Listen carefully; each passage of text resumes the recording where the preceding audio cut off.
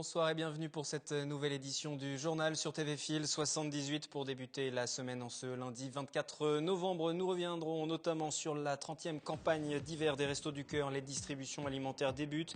De nouveaux records devraient être battus. Comment réagissent les bénévoles? Comment s'organisent-ils dans les Yvelines? Invité Henri Fall, responsable communication pour le département. Devant les incivilités, les violences et les trafics dans certains quartiers, les élus de la Verrière mobilisent les commerçants et les riverains.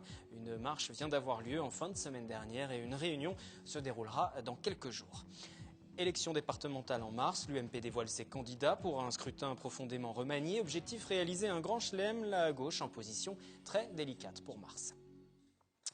Ces quelques images de la compagnie Black Blamber pour débuter. Black Blamber, les B3 qui fêtent cette année leurs 30 ans. Vendredi et samedi soir au Prisme à Elancourt. Retour là où tout a commencé pour cette compagnie pionnière dans le monde de la danse hip-hop. Sur scène lors des deux représentations de ce week-end, on retrouvait donc des anciens de la troupe et des nouveaux venus pour un spectacle fort en émotion. Reportage complet à suivre dans une de nos prochaines éditions. 30 ans, ce sera aussi bientôt l'âge des Restos du Cœur. 21 décembre 1985, à Paris, ouvre la première antenne de distribution alimentaire aux plus démunis, fondée par Coluche. 24 novembre 2014, ouverture de la 30e campagne d'hiver. Et bonsoir Henri Fall. Bonsoir. Vous êtes le responsable communication pour le département. Comment s'est déroulée cette première journée que vous avez préparée, vous me disiez juste avant qu'on commence ce journal, depuis plus d'un mois en fait, hein? C'est ça, la première journée se passe bien, il n'y a aucun problème. Mais c'est parce qu'on l'a préparée depuis déjà longtemps. C'est-à-dire préparée en aval et en amont. C'est-à-dire en aval, en cherchant... On a reçu 7 camions de marchandises, à peu près 170 tonnes, qu'on a mis en notre entrepôt des clés. Et donc, toute la semaine dernière, on a fait des navettes avec nos petits camions et nos camionnettes pour alimenter les 24 centres des Yvelines. Mais aussi en aval. Donc, c'est d'avoir rencontré, c'est-à-dire pendant tout le mois de novembre, on a rencontré tous les gens qui veulent s'inscrire au Resto du Cœur. Pour voir leurs besoins, là. Voilà, c'est ça. Les Restos du Cœur, l'accueil est inconditionnel. Tout le monde peut frapper, et surtout que c'est difficile de frapper, donc il est important qu'on les accueille. Par contre, la distribution alimentaire, le fait d'avoir une carte et de pouvoir avoir des paniers repas toutes les semaines, ça, il faut un maximum de ressources. Enfin, il y a un seuil, quoi. Au-delà de ce seuil, vous n'avez plus le droit. Et donc, on accueille les gens, on regarde. Et aussi, on essaye d'évaluer qu'est-ce qui les amène, quoi. Est-ce que c'est vraiment qu'un problème alimentaire? Et en général, derrière le problème alimentaire, il y a toujours d'autres problèmes, des problèmes d'éducation, des problèmes de logement, des problèmes de travail. Et là aussi, les Restos du Cœur interviennent. On va y venir dans un instant pour rester sur la question de l'aide alimentaire. Tout d'abord, l'an dernier, 130 millions de repas distribués au niveau national pour plus d'1 million de personnes. C'est un triste record qui devrait une fois de plus être battu. Pour le département des Yvelines, ça représente quoi? Alors pour le département des Yvelines, on a accueilli 14 500 personnes et distribué 1 400 000 repas l'année dernière. Et ce qui est frappant, c'est l'augmentation. C'est-à-dire l'augmentation est de 13% pour ce qu'on appelle les adultes, c'est-à-dire 1 an et plus, et de 23% pour les bébés, c'est-à-dire de 0 à 1 an. Et donc ça, c'est inquiétant. C'est une augmentation qu'on n'avait encore jamais eue. Cette année d'avoir le même type d'augmentation? On ne peut pas savoir. Selon les gens que vous avez rencontrés depuis un mois? Aujourd'hui, oui. On pense qu'on aura encore une augmentation. Parce que la crise est là et donc on n'en est pas sorti. Et on le voit bien, d'ailleurs, il y a de plus en plus de gens qui, entre guillemets, redoublent. C'est-à-dire qu'avant, au bout de 2 ans, les gens sortaient des Restos du Cœur et reprenaient une activité. Maintenant, les gens, ils restent 3 ans, 4 ans c'est au Resto du Cœur. C'est devenu une solution, une réponse que les gens attendent chaque année pour venir vous voir. On parle justement du profil type des bénéficiaires. Souvent, on vous pose la question, mais année après année, ça évolue. Les femmes viennent plus souvent, les femmes seules, les plus jeunes, les travailleurs pauvres. C'est encore ce qu'on retrouve aujourd'hui? Il y a toujours ça, quoi. Des gens, enfin, c'est toujours des gens qui sont sans ressources. Et quand même, ce que je vous ai dit tout à l'heure, une forte montée des mamans avec des tout jeunes enfants qui n'ont pas les moyens de se subvenir. Et donc, c'est un de nos challenges de cette année, d'ailleurs, ça va être justement de trouver de la nourriture pour les jeunes bébés. Donc, des petits pots, des couches, du lait infantile, etc. Ce qu'on n'a pas forcément facilement. Voilà. Que les gens n'hésitent pas à rentrer en contact Voilà. avec vous, hein. Et puis Voilà. les dons aussi, c'est aussi possible directement sur le site internet, et tout cela est défiscalisé. Vous connaissez la procédure. Le principe, oui.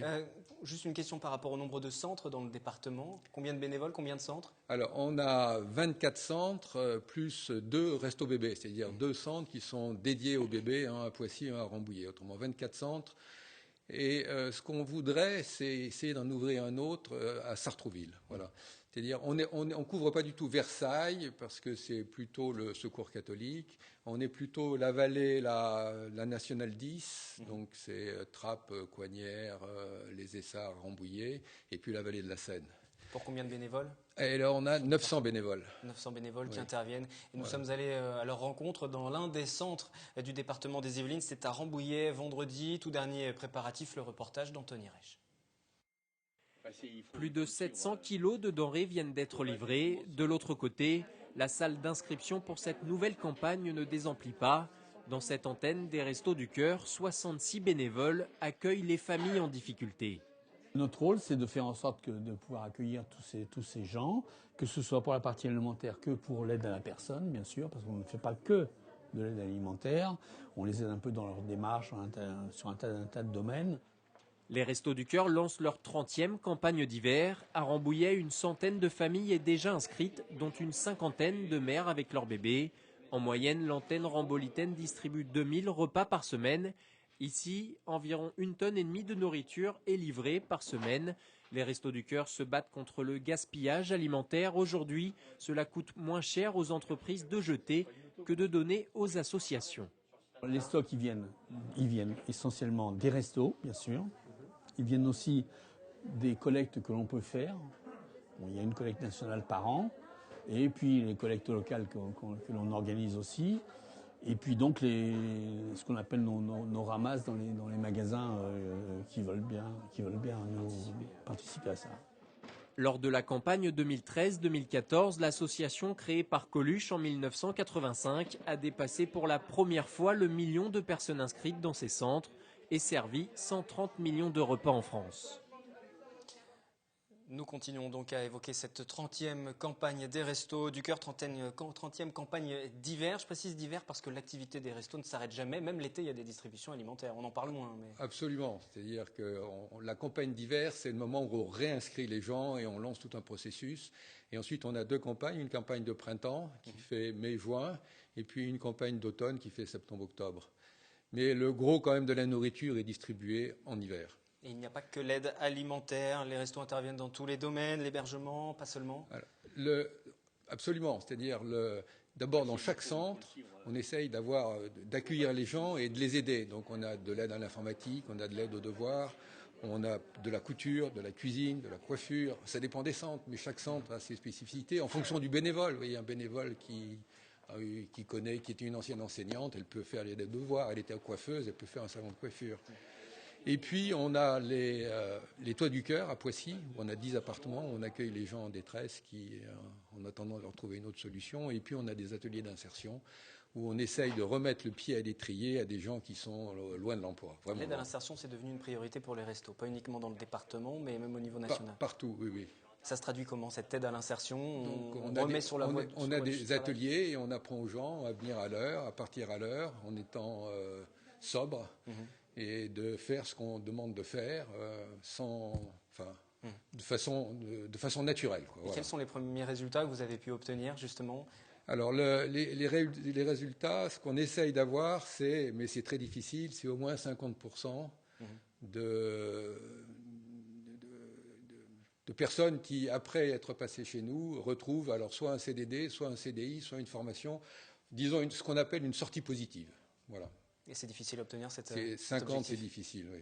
Alors, tout le problème, vous voyez, plus vous prenez des gens qui sont loin de l'emploi, plus c'est difficile. Mais notre but, c'est pas de prendre des gens qui sont près de l'emploi, c'est bien de les prendre loin. Donc c'est pour ça que c'est difficile. Et tout cela nécessite de l'encadrement des bénévoles. Est-ce que ces bénévoles sont toujours plus nombreux? Est-ce qu'il est difficile de recruter? On est toujours autour de 900. Hein. Ça fait 7 ans que je suis au Resto du Cœur et on est toujours autour de 900.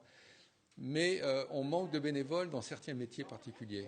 Et par exemple, on nous a donné un gros camion pour transporter, et on n'a que 2 chauffeurs. Il nous en faudra au moins un 3e, 4e, parce qu'un bénévole ne travaille pas 35 heures par semaine, ils travaillent 2 jours. Donc si on veut utiliser le camion tous les jours, il nous faut au moins 3 bénévoles. Donc par exemple, un chauffeur camion, si...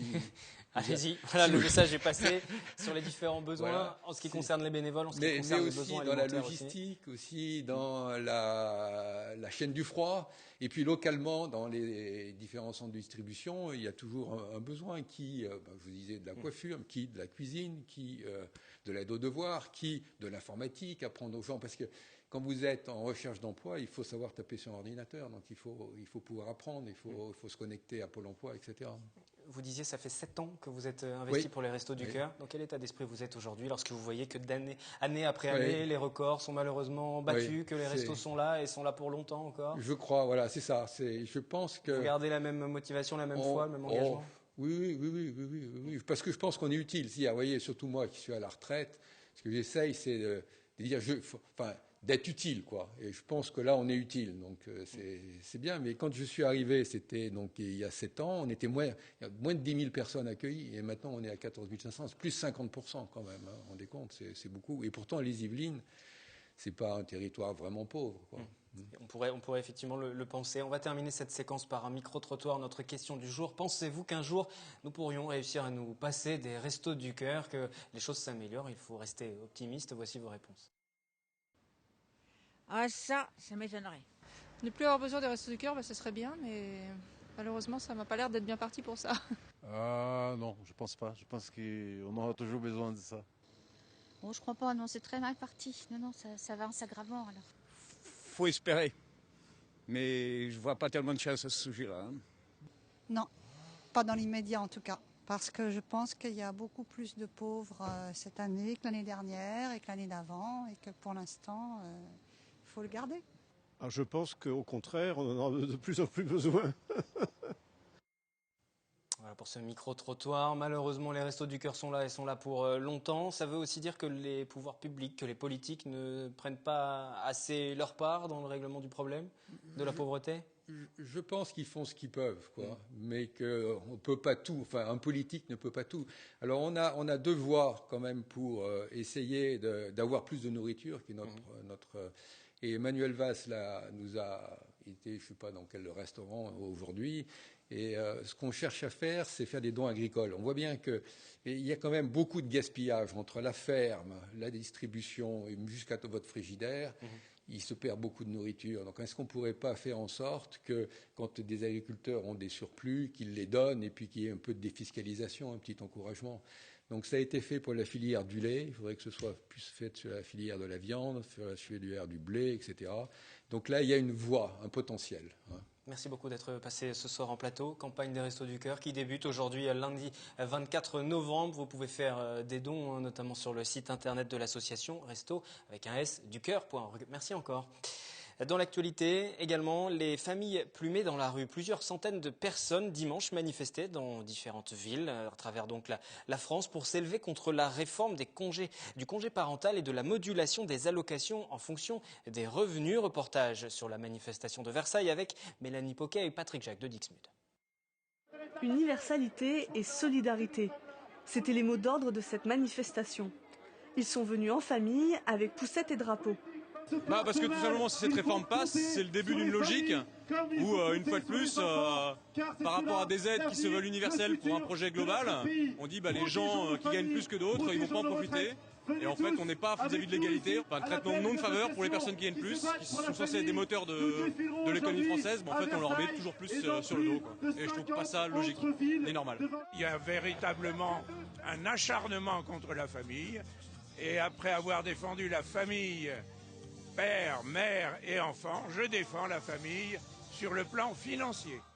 Des allocations familiales divisées par 2 si vous gagnez plus de 6 000 € par mois. Et par 4 pour un revenu supérieur à 8 000 €. Selon Marisol Touraine, la ministre des Affaires sociales, 12% des familles seraient concernées.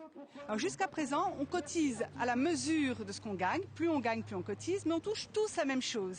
Et avec cet amendement, plus on gagne, plus on cotise, mais plus on cotise, moins on va toucher. Donc il y a quelque chose qui est profondément injuste. Trop c'est trop.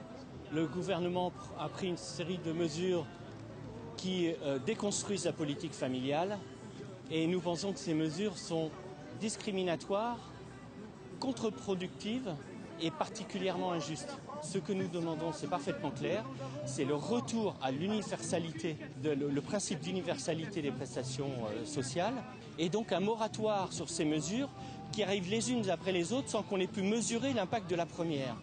Selon un sondage IFOP publié ce mois-ci à la demande des familles plumées, 81% des Français estiment que la politique fiscale menée par le gouvernement pénalise fortement les familles.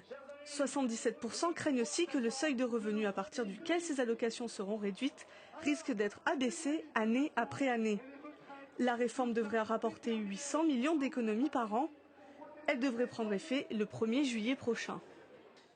Autre manifestation ce week-end à La Verrière pour le retour à la tranquillité publique dans le quartier de la Gare et dans le quartier d'Orly Park également. Un rassemblement organisé vendredi dernier. Élus, associations, habitants ont souhaité montrer leur détermination à lutter contre les trafics et les incidents qui se répètent sur ce secteur. Yolène Thorez et William L pour les images. À La Verrière, les résidents des quartiers d'Orly Park et de la Gare en ont marre. Dans ce quartier, le sentiment d'insécurité existe. Les incidents se répètent et des trafics illicites s'organisent. On a été victime dans cette ville de voitures qui ont brûlé, des voitures cassées, des gens qui ont été agressés, et on en a marre. Voilà, c'est pas par la terreur qu'on peut vivre, c'est au contraire dans la discussion et dans le débat que l'on peut progresser. Pour un retour à un peu plus de sérénité, les élus, associations et habitants se sont rassemblés vendredi dernier sur le parvis du centre commercial. Malgré la surveillance mise en place, les actions de médiation ou encore les animations diverses, la sérénité du quartier est toujours mise à mal. Il faut qu'à un moment donné, on montre que cet espace public appartient au public, que la rue appartient aussi à ceux qui la font vivre, que le commerce doit pouvoir vivre normalement. Et donc, l'idée est de montrer notre réaction citoyenne, quelque part. Le dispositif de vidéoprotection, qui a pris du retard à cause des difficultés techniques, devrait fonctionner d'ici 3 semaines. Afin de préciser les mesures prises, une réunion publique se tiendra le lundi 8 décembre à 18h30 à la maison de quartier d'Orly Park. Et puisque nous parlions de violence, c'est aujourd'hui que s'est ouvert dans les Hauts-de-Seine le procès en appel de 4 Yvelinois accusés du lynchage de Mohamed Laïdouni. Ils font partie de la dizaine de personnes condamnées l'an dernier à des peines de 4 à 20 ans de prison pour avoir roué de coups ce jeune imprimeur sans histoire de 30 ans. Juin 2010, au volant de sa voiture accompagné d'une partie de sa famille, les victimes d'un accrochage à hauteur de l'A13, à hauteur des Mureaux. Les responsables de l'accident refusent le constat, appellent des amis, le menacent de mort avant de passer à l'acte. Le procès en appel se terminera le 5 décembre. Politique à présent à l'UMP, alors qu'au niveau national, tous les regards sont tournés vers Nicolas Sarkozy et Alain Juppé au lendemain d'un meeting assez agité pour le maire de Bordeaux. Au niveau local, on prépare les élections départementales. Dans les Yvelines, l'heure est à l'union. Union au sein de la formation politique, mais aussi au-delà. Avec le centre, les investitures pour le scrutin de mars sont presque définitives. Le point avec Catherine Zulato. Vendredi, au Conseil général des Yvelines, déjà dans les têtes, les élections départementales des 22 et 29 mars prochains. Avec une nouvelle règle, il n'y a plus 39, mais 21 cantons. Il n'y a plus un conseiller général par canton, mais un binôme composé d'un homme et d'une femme, soit 42 élus. La fédération UMP des Yvelines vient de dévoiler une grande partie des candidats en lice, avec une volonté d'union dès le premier tour avec l'UDI pour faire barrage au Front National. Notre volonté est de faire un barrage. Parce que dans ce pays, ce qui est dramatique aujourd'hui, c'est que toutes les formations de gauche ont l'air d'être très diminuées, électoralement parlant. Ça veut dire que si la droite ne s'unit pas avec le centre et si nous ne faisons pas front dès le premier tour, qu'est-ce qui se passe? Vous ouvrez la porte au Front National, qui n'attend que ça? Il n'en est pas question. Autre objectif avoué à demi-mot, faire le grand chelem. Certains cantons sont actuellement détenus par la gauche. C'est le cas du canton de Trappes. Janine Marie, candidate sortante, va se trouver opposée au maire d'Elancourt, Jean-Michel Fourgousse. Vu la situation budgétaire des 3 communes, bien sûr qu'il est urgent, je pense, d'aller raccrocher ce canton, les 3 communes, La Verrière, Trappes et Elancourt, à la majorité départementale. Parce que si vous voulez des aides, des moyens, il faut être dans la majorité. Moi, je relève le défi et j'y vais. On va voir. Maintenant, si je perds, j'assumerai, vous inquiétez pas. Mais voilà, je pense qu'il y a que la commune d'Elancourt qui peut. Il faut que ce soit un responsable d'Elancourt qui y aille pour effectivement tenter ce canton qui est effectivement très difficile d'accès. Oui. Je pense que dans cette situation territoriale, avec là encore un nouveau redécoupage, la personnalité de Jean-Michel peut faire la différence. C'est un candidat comme un autre. Tout candidat mérite d'être respecté. Moi, je tiens à ce qu'on respecte mes convictions. Je respecte aussi celles des autres. Toutes les campagnes sont ardues et aucune n'est jamais gagnée d'avance. Yvan Val sera candidat sur le canton de Maurepas. Son binôme n'est pas encore connu, mais son suppléant, si. Il s'agit de Grégory Garestier, le nouveau maire de Maurepas. Maurepas, c'est la commune la plus importante du canton, du nouveau canton, donc il y a une certaine logique. Et puis il y a aussi la volonté clairement d'amorcer un renouvellement de génération. Travailler ensemble, ça va être l'occasion pour lui de faire un tuilage, progressivement d'apprendre effectivement ce qu'est le conseil général, son mode de fonctionnement. Et après, je pense qu'effectivement, il sera prêt à assumer les responsabilités de conseil général un jour prochain. À Rambouillet, la question n'est pas encore tranchée. Christine Boutin ne sait pas si elle sera ou pas candidate. Je suis en train de réfléchir, ma décision n'est pas prise définitivement pour savoir si je repars ou pas. Donc j'ai demandé à l'UMP de réserver ce canton. J'ai l'habitude de transmettre et donc voilà, donc je réfléchis encore, on a un peu de temps encore. Il faut voir qui peut se présenter et comment on peut assurer la véritable pérennité et la transmission de tout ce que j'ai essayé de faire dans ce territoire. Je ne veux pas qu'il s'y passe n'importe quoi. Christine Boutin donnera sa position en début d'année. Autre canton où la fédération départementale a réservé sa décision, celui de Montigny, le Bretonneux. Le canton est pour l'heure détenu par le maire de Guyancourt, le socialiste François Deligné. C'est un problème de profil, c'est un problème de nom, c'est un problème de décision. Parce que vous ne propulsez pas quelqu'un comme ça pour être élu, parce que là nous parlons du binôme, c'est-à-dire de ceux qui deviendront conseillers généraux. Dans les autres cantons de notre secteur, Philippe Benassaya, nouveau maire de Bois d'Arcy, sera candidat sur le canton de Saint-Cyr-l'École. À Plaisir, Bertrand Coquart UDI fera équipe avec Joséphine Colmansberger, la maire de Plaisir. Reste une interrogation, la participation à ces départementales. Et traditionnellement, ce ne sont pas les élections qui mobilisent le plus. Et nous parlerons aussi des départementales lors du prochain numéro du 7-8 politique. Demain, mardi, 18h30, pour la première diffusion en direct, je recevrai la responsable départementale du Parti socialiste. Benoît Hamon, interpellé par le mouvement des jeunes communistes des Yvelines, le MJCF souhaite rencontrer le député socialiste de la 11e circonscription qui s'est prononcé une fois de plus ces derniers jours pour la reconnaissance de la Palestine. Parallèlement à cette demande, 30 000 pétitions pour la reconnaissance d'un État palestinien seront déposées vendredi 28 novembre à l'Assemblée, toujours par le mouvement des jeunes communistes. On passe au sport. Si vous aimez la course automobile, vous avez forcément suivi ce week-end le Grand Prix de Formule 1, mais les vrais passionnés étaient à Maurepas. Pour les 6 heures d'endurance du club de modélisme, la section slot racing du MMC a fait tourner ses bolides. Nous y étions, Anthony Reich. Des vitesses de pointe allant jusqu'à 400 km/h, un tour bouclé en 7 secondes. Bienvenue dans le monde du slot. Pour cette 8e édition des 6 heures de Maurepas, 9 équipes de 3 pilotes s'affrontent sur un circuit de 6 voies à l'échelle 1/32e. Et ici, nous sommes loin du simple jeu offert à Noël aux enfants. En endurance, la prime est à la régularité du chronomètre. La concentration devient alors la base, la précision vitale. Ça paraît extrêmement facile, et d'ailleurs c'est pas très compliqué pour avoir un niveau moyen. Par contre, c'est un jeu d'adresse. Ça va être comme du tir à l'arc ou du tir à la carabine. Il va falloir faire toujours le même geste, être le plus précis possible. Et c'est un véritable jeu d'adresse, et pour aller chercher les derniers centièmes et les derniers dixièmes, c'est des heures et des heures et des heures d'entraînement. La dextérité des pilotes est d'autant plus sollicitée sur cette course que chaque dernier quart d'heure de session se conclut en nocturne. Dans le slot, le pilotage est tout aussi important que la performance intrinsèque de la voiture, car détrompez-vous, même à l'échelle 1/32e, le moindre détail de préparation compte. Les autos, en général, c'est les équipes qui les fournissent. Elles se préparent selon un règlement technique. Donc les voitures, on essaye de les adapter le mieux possible à la piste, à sa forme. S'il y a de très longues lignes droites, par exemple, on va mettre des transmissions très longues. S'il y a très peu de lignes droites, on va mettre des transmissions très courtes, etc. Les pneus aussi sont importants. Malgré la compétition, la convivialité règne dans une discipline où l'on peut devenir le roi des circuits pour quelques dizaines d'euros. Une poignée d'assez bonne qualité, il faut compter une 50aine d'euros. Après, on a des poignées plus chères parce que là, on fait appel à l'électronique. Au niveau d'un véhicule à 32e, avec une voiture à 50 euros, on peut déjà bien s'amuser. Sur leur nouvelle piste en bois, les pilotes de Maurepas s'imposent à domicile au terme des 6 heures de course après 2790 tours parcourus. L'essentiel du sport, ce sera avec Anthony Reich juste après ce journal comme chaque lundi. Si vous n'avez pas eu l'occasion de célébrer Halloween cette année, l'association Roller Pux vous offrait ce week-end une séance de rattrapage samedi après-midi, originalité de mise au gymnase intercommunal du Ménil-Saint-Denis, puisque c'est une roller party sur ce thème qui était proposée, piste de danse, animation, goûter au programme. C'est plus tourné vers les familles, donc parents, enfants, et c'est pour qu'ils profitent du roller. Aujourd'hui où c'est un jour d'automne, bon, il n'y a pas grand-chose à faire et ça fait une bonne après-midi conviviale et familiale. Oui, il y a plein de musique, c'est très bien. Il y a plein de fumée. C'est très festif, c'est bien sympathique. Je vois mes filles qui tournent, elles aiment ça.